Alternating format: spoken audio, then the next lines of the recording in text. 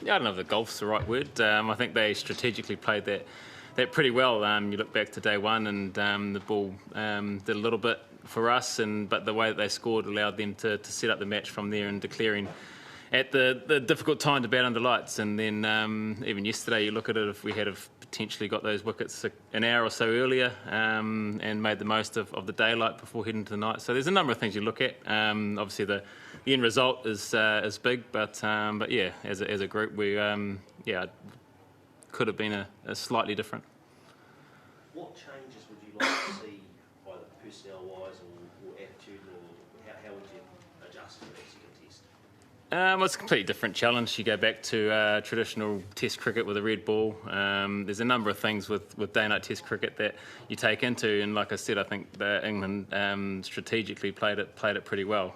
So I think as a group, you reassess, you move forward to a traditional Test match at a ground that we enjoy playing at, and the guys are looking forward to getting back to. When you're bowling in those circumstances, what's it like when you're facing that relentless barrage and the ability to adapt on the spot, with constant sort of commitment to the batable point of view? Oh, I think it's very exciting. Obviously, the way that they've played over the last however long it's been, and as a bowling side, you're excited about coming up against it because it presents opportunities as well. There's only one way they're going to play, and one way they know how to play. So as a bowling group, we know we've probably got to be better, but in the nature of the way they play, that it presents opportunities if we do get it right. So yeah, as a bowling group, you feel in the game the whole time. It may not feel like it at times, but with the nature that they are playing, that if we hang tough and are a little bit more disciplined, then things can go our way. From a captaincy perspective, does it feel like playing T20 in whites at times, or I think it's been great for Test cricket, the way and the style that they've played. It's like I say, as a bowling unit, you're excited about the challenge of playing against them at the moment, and you know you're going to have to be on top of your game. Otherwise, the nature of the way they do play, they can get away on you quickly. What are you kind of looking for from your top order, Tim, at the base? And obviously they won't have to play under lights, so that helps. But there's been a bit of a lack of consistency in previous tests as well. So what are you looking for improvements from them?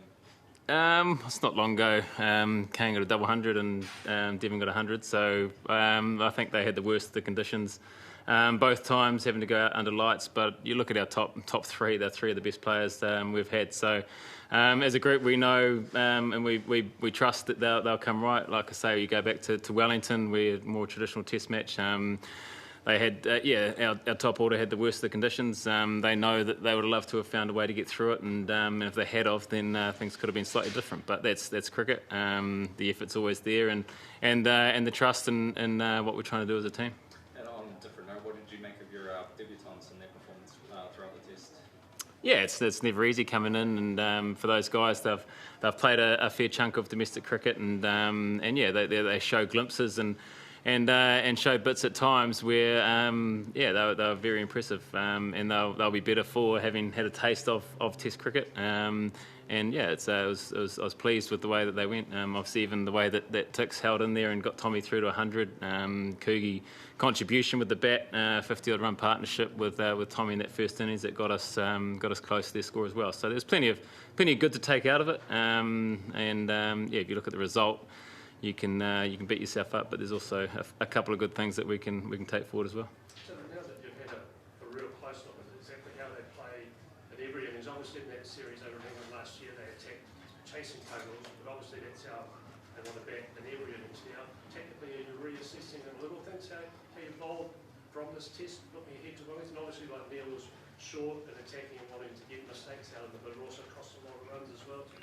Yeah, I think there's no secrets as to the way that they're going to play. I think the Neil one's an interesting one. There was every sort of over, there was a half chance or something that just gave you a little bit of hope that there was a wicket wasn't far away, and another day it could have been slightly different. But yeah, there's no secrets in the way that they were going to play.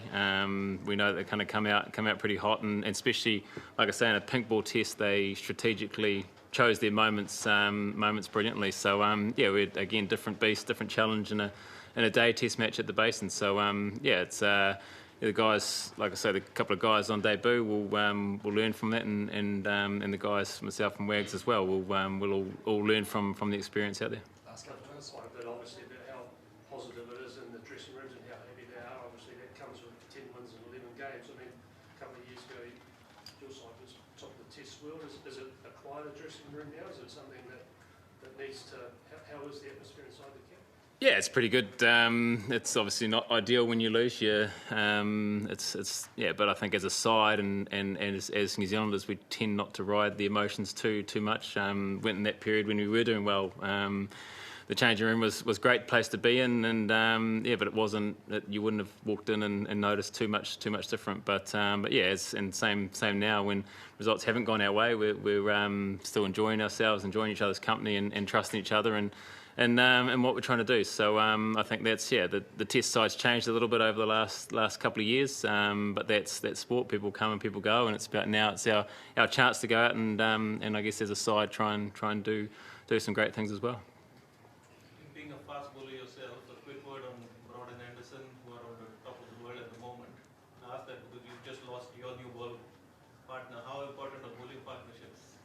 Yeah, I think partnerships in any format in this game, we see batting partnerships are spoken about a lot of the time, and it's no different with bowling partnerships. You get used to and you trust the guy at the other end, and those two have been phenomenal now for a very long time. And I think just not only their skills and ability on the field, it's just the way that they've been able to keep their bodies intact, and the work that goes in away from the game, and to play for such a long period of time, and still hold that standard that's required is very impressive to watch from afar.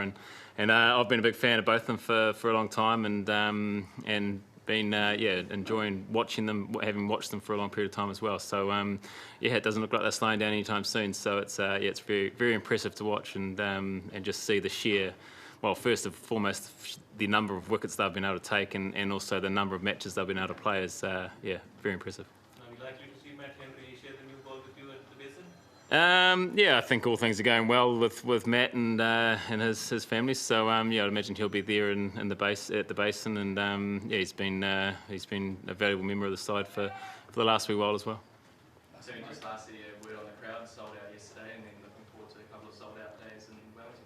Yeah, it's been tremendous. It's great to see people getting in around Test cricket, and I know the boys have commented on it and how amazing the crowd has been. So it's the sport's obviously been tremendous, and we're looking forward to Wellington again. A great ground and a great place to play cricket, especially in front of a packed out grassy banks.